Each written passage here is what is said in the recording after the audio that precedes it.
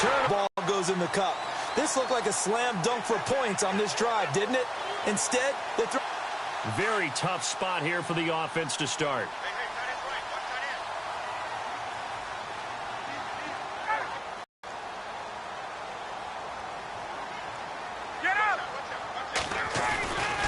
They'll run with Freeman here to begin the drive.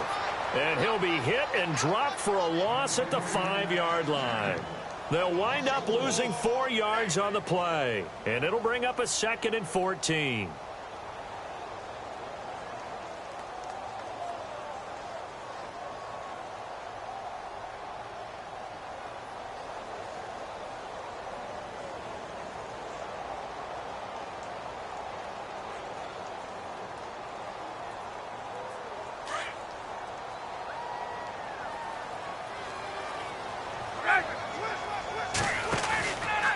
Freeman again. And he'll go down for a loss inside his own 5 at the 4. And they'll lose a yard that time, and that's going to lead to a 3rd down. Anthony Barr got a real education at UCLA in playing not just his normal position of stand-up outside linebacker, but down defensive end. So he had to incorporate a variety of moves, take on bigger people. So he learned great leverage while he was there. That really helps him when he's trying to stop people running the ball. Born in South Bend, Indiana. Thought about going back to go to Notre Dame, but you're right. Great career at UCLA and now a great career in the NFL.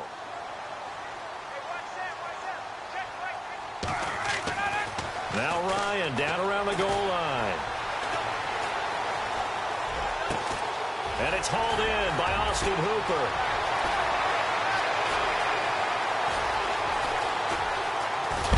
And he is down deep into Minnesota territory. 1:52 left to play in this 2nd quarter. We're back to Atlanta right after this timeout. 1st down and 10 now for the offensive group.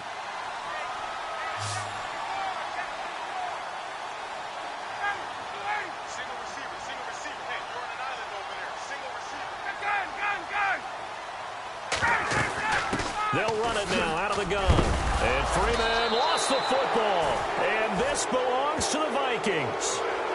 The psychology of the game never ceases to amaze me because you would think there would never be a fumble from what we hear from coaches all the time, right? And how much they practice not fumbling. Practice it, preach it, talk about it all the time. You would think no one would ever turn it over. Yet they are humans out there running around, and we just saw another one. Opportunistic by the defense.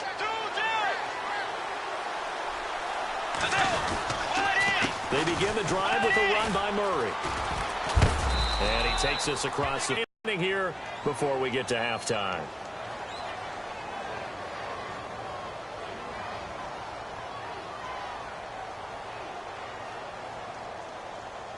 Second down following the run.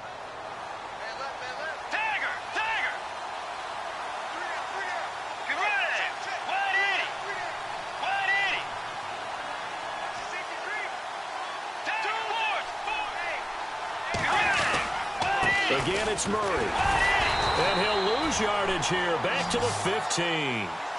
He lost 2 there. And it's 3rd down.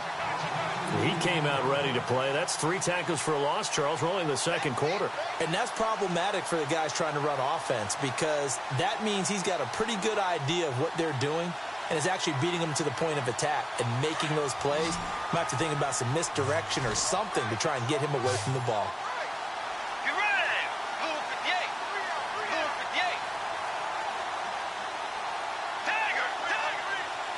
Slot man moves right.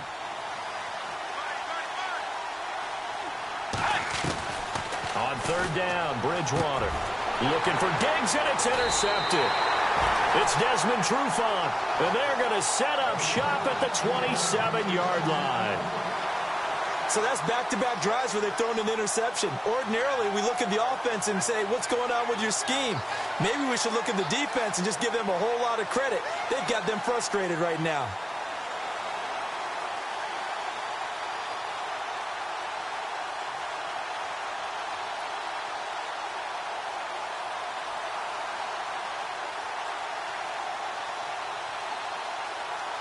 And a great spot to start this drive from here. After the interception, here's Ryan. And he's going to be taken down. Pressure gets there back at the 39-yard line. Anthony Barr coming in from his outside linebacker spot. He buries him for a loss of 10 or 11.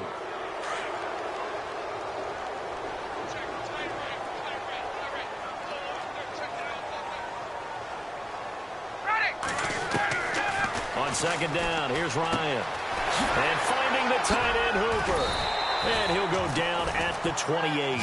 They'll wind up getting 10 back as that sets him up for third down. They'll get to the line here, but remember, it's also third down.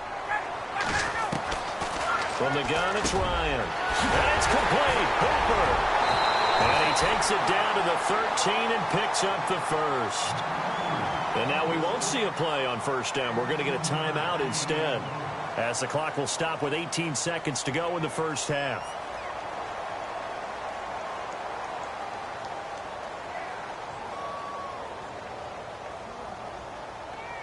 Fresh set of downs here.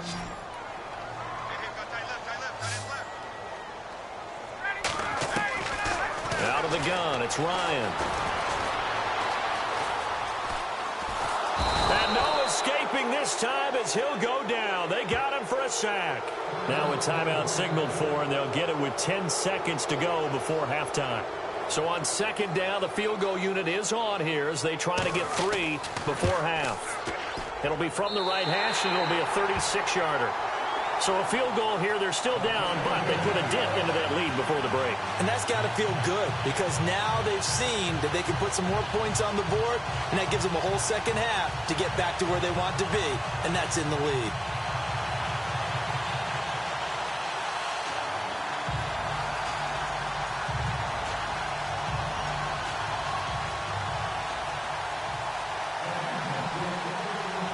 Here's Bosher to kick it away.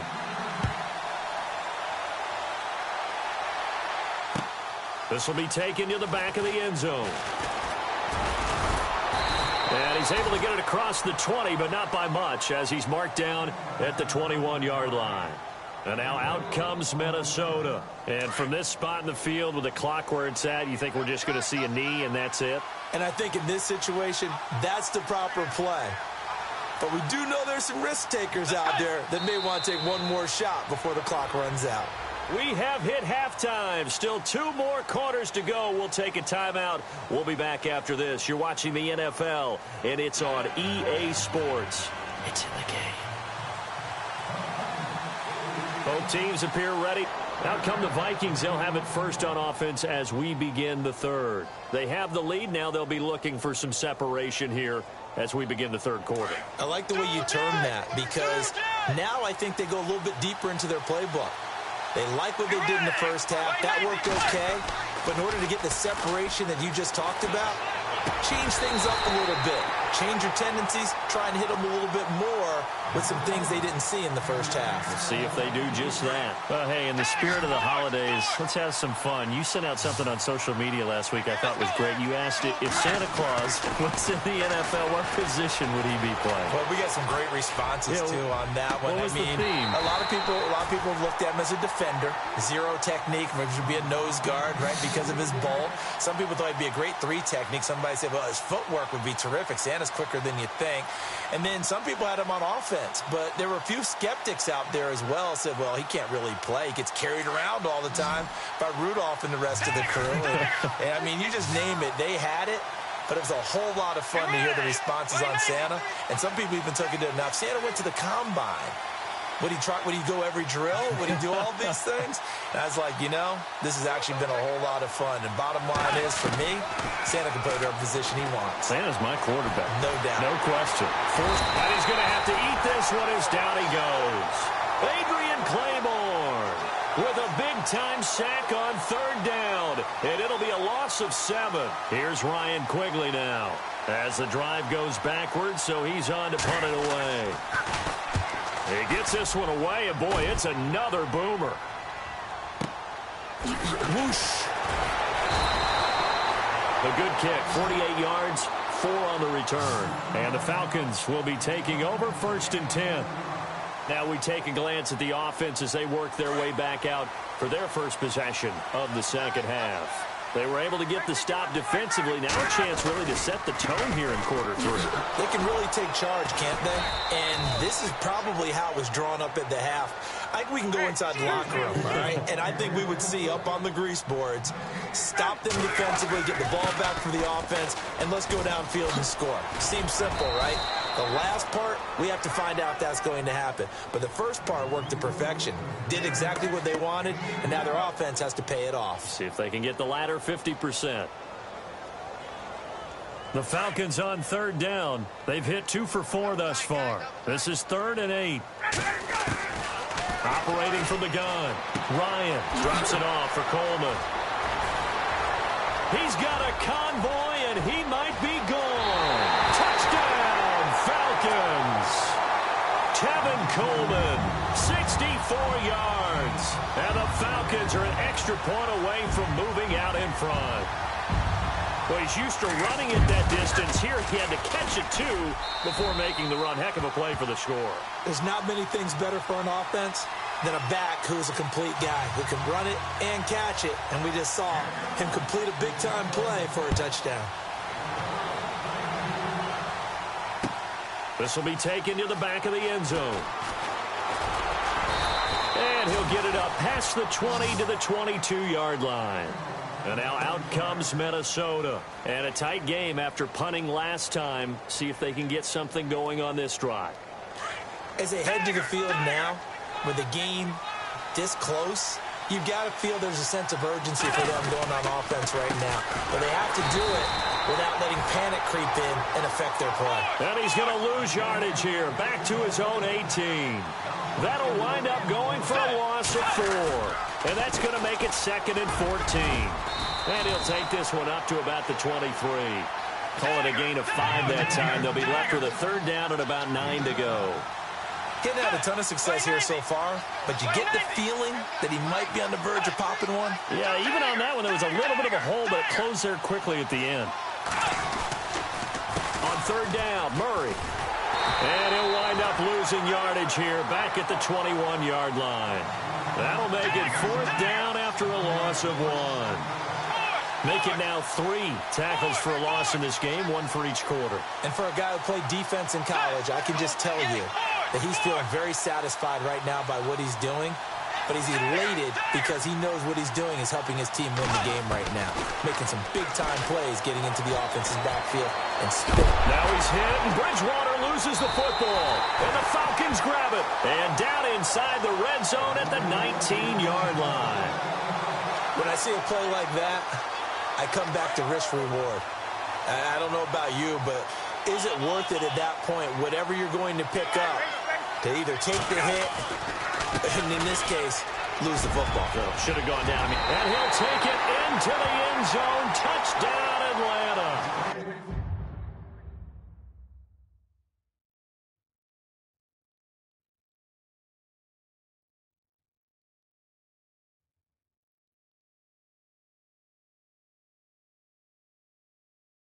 Devontae Freeman scampering home from 19 yards out. And the Falcons use the short field to their advantage as they cash in for 6. And he knocks it through.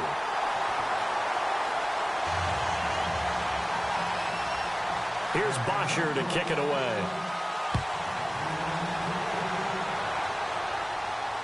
And no return on this one as the fair catch is signaled for and taken. And the Vikings now heading on to the field.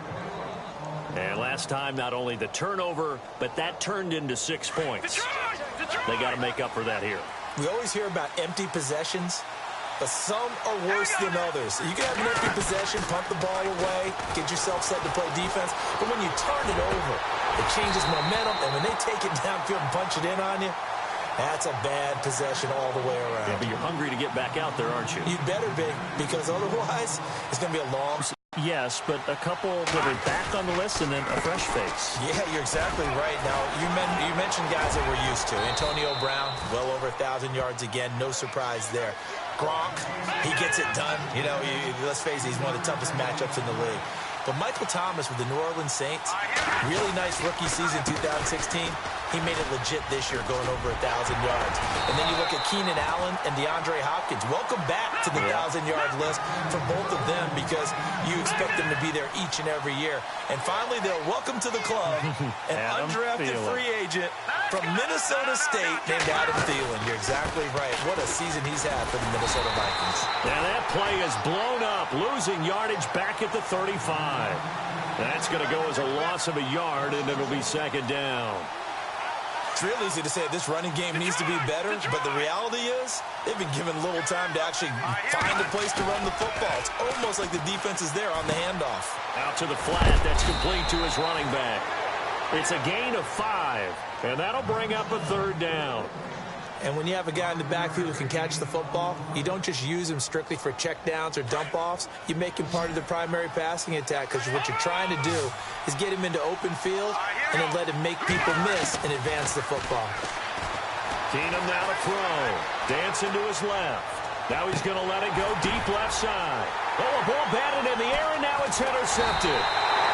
Picked off by Robert Alford. And they are going to set up shop at the 32-yard line.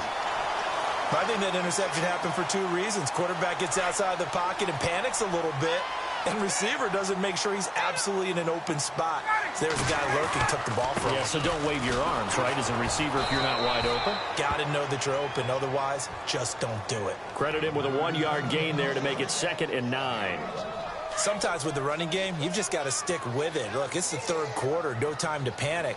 But that also doesn't mean you just do it the same way you've been doing it the entire ball game. Maybe change up some blocking assignments or run a few different plays, but stay with the overall essence of the running game. And hard running's going to get him over the 40 to the 42. A good run as he works his way for 9 that time, and it'll leave him with a 3rd and just a few inches.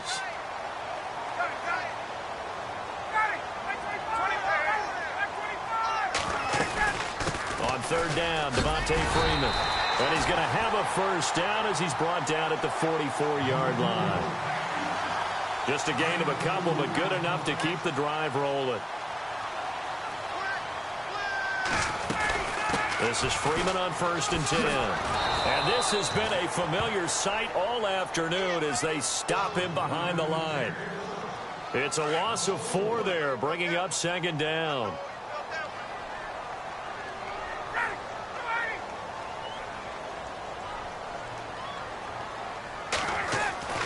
Now they'll throw it with Ryan. And that one incomplete. They try to sneak in a deep ball with the clock running down, but to no avail as time will expire on this 3rd quarter of play. The Falcons on 3rd down. They've converted 4 times out of 6. Not bad. This is 3rd and 14. The former Indiana Hoosier here, Tevin Coleman. And he'll be taken down at the 46-yard line. That'll be good for 6, but now it's 4th down. And that looked like some pretty easy yardage there right up the gut. And he's a guy that has some height to him. So when you don't have to drop a shoulder or create or get through contact or trash, makes it a lot easier to stay upright, see the field, and make a run as we just saw there. And they hit him as he throws, as this one's going to go straight down to the turf. Incomplete. Dan Quinn's guys unable to come through there on 4th down. And the Vikings, they have the football now in excellent field position. On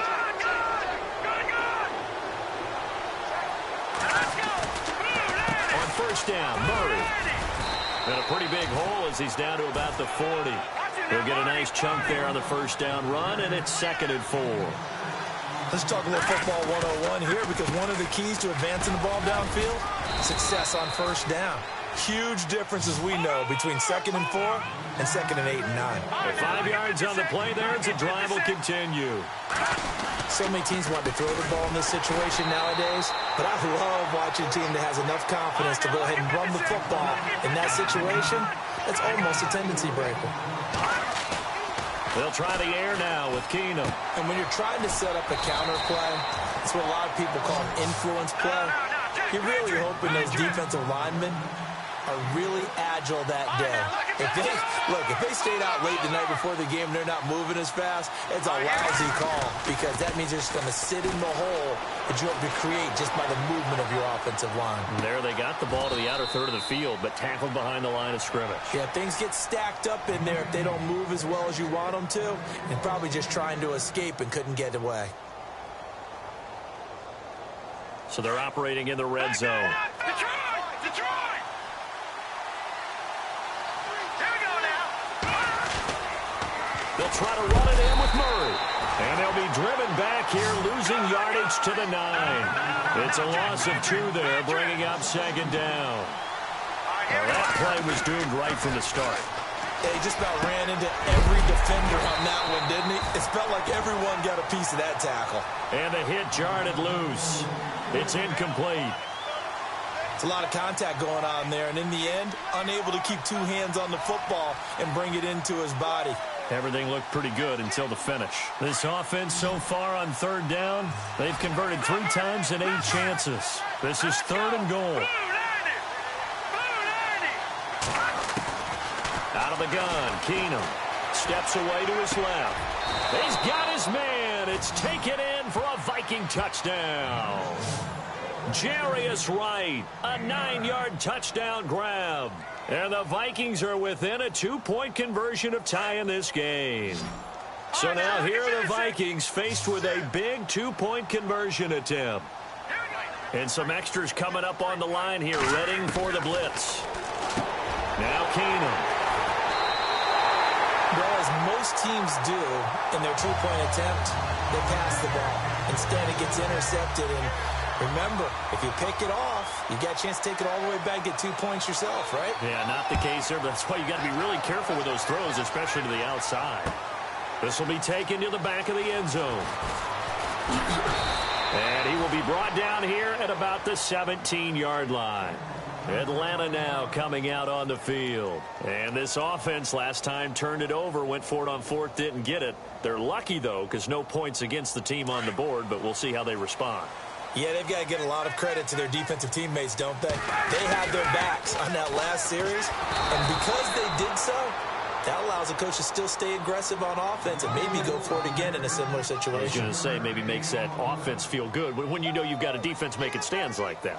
Yeah, that'll loosen up things a little bit, won't it? Maybe you'll play a little bit better the next time you have the ball.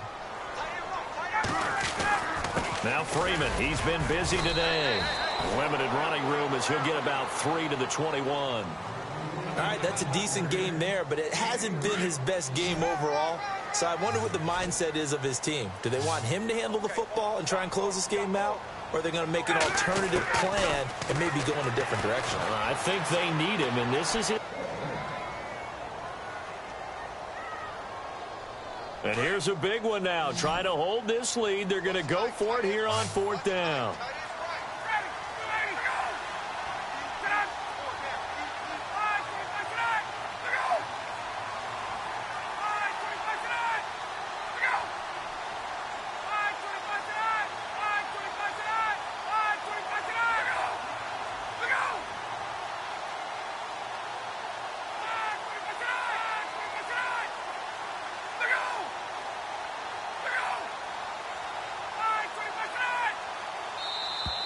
And the play clock is going to run out here.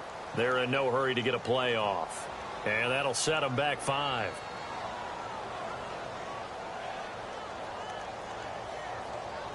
Here's Matt Bosher now, standing just outside his own goal line.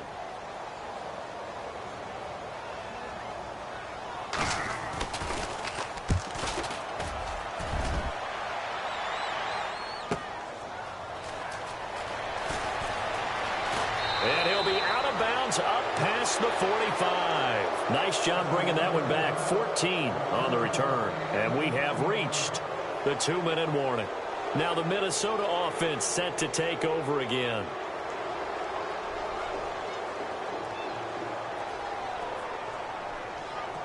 Time starting to run out here in the 4th. This defense just trying to keep the offense off the board and preserve this potential victory. Carries piling up. It's Murray again. And he's got some space here. And taking it across midfield and just shy of the 40. Time for a break. We'll come back, see what transpires after this. So it'll be first down here after the run. Leopard! Leopard! Let's go! Green 39! They go with Murray again. And he's going to be brought down at about the 33-yard line.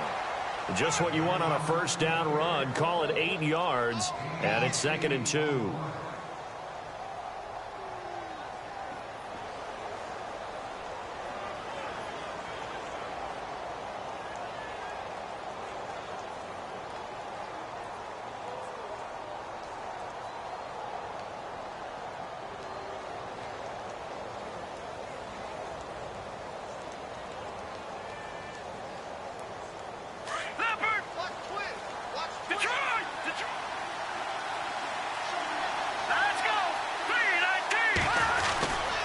That was second down run for Murray. And he will lose yardage back to the 34-yard line. And now a timeout defensively by the Falcons. It's just their first. They've got 2 more to use here in the final stages. The Vikings on third down. Not quite 50%. 4 for 9. This time it's 3rd and 3.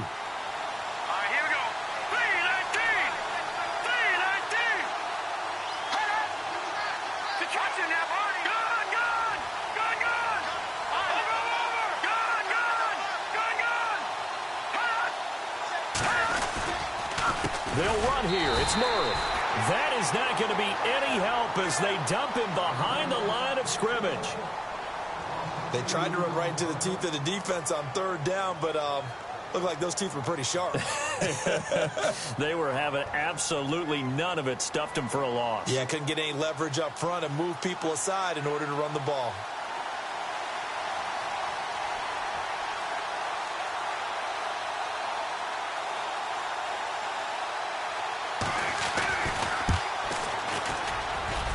And Forbath will put this one through. And with a little over a minute to play, they have taken the lead. Now then, it's a big kick right there to give them the lead in the 4th. But, Charles, there is still time left for a final drive. Brandon, you know they would have liked to take the clock down just a little bit further, at least under a minute or so. But this one's not over yet, especially since they just need a field goal. And the decision to bring it out, a good one, as he's up a yard or 2 shy of the 30. And here now come the Falcons. They're only in need of a field goal, a decent amount of time on the clock. So tell me if I'm wrong. You don't have to be too panicked here. No, not at all. I agree with you. And this is where your preparation and your confidence comes into play. They've worked on these situations. Yeah, they practice this all the time, they practice it all the time. They know what they want to get done. And in a lot of cases, the great competitors, they love this situation. They think they can go ahead and get it done. They practiced it. We'll see if practice makes perfect.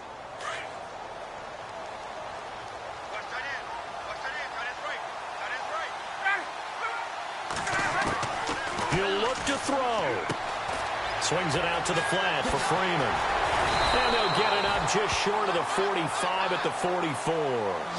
17 yards on the pickup there, and the drive will continue. Well, that's a good first step, but several steps still to go. They still have time for the possible game-winning field goal. Time for them to be quick and hurry at the same time. He goes underneath to Freeman. And taking it across midfield and inside the 45. They give him 14 yards that time and a fresh set of downs. They'll look to throw. Oh, he's got a man wide open, complete. Falcons going to use their 3rd and final timeout as they stop it with 14 seconds to go in the game.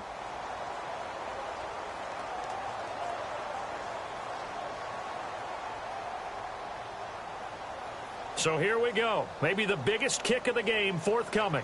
This to almost certainly win the football game.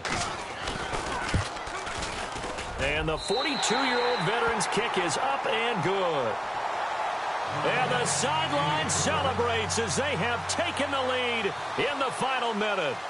So there was a little meat on that bone, a little more than a chip shot considering the circumstances, but he's able to bang it home in what should be the game winner. And the key was getting him into a good position to kick from. I mean, if that's a 52-yarder, you're going to have some anxious moments, but kickers nowadays, you give them anything under 40, and they're automatic. The Vikings offense now, they get ready to head back on the field. So you're right there, but obviously the clock is not your friend. How do you handle this situation? You're thinking 2 plays. One, to get yourself in position for the second one, whether you're able to get into field goal range or you have to try another deep pass, another Hail Mary. But you're trying to get the first one to a receiver, get out of bounds, and give yourself a chance to set things up for an easier shot at it. Let's see if they can do it. Might be easier said than done.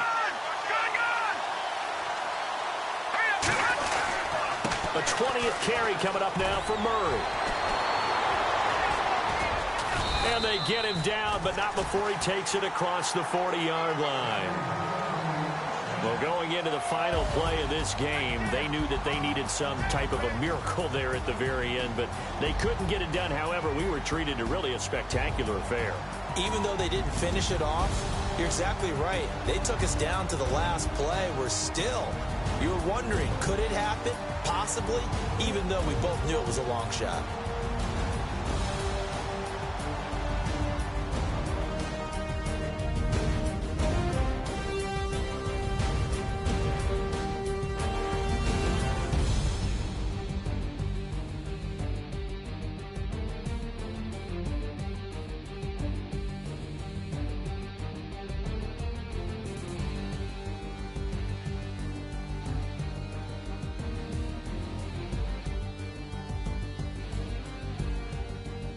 So that'll do it. For my partner, Charles Davis, and the best darn crew in the industry, I'm Brandon Gaudin. This has been a presentation of the NFL on EA Sports. It's a win for the Falcons here as we say so long from Atlanta.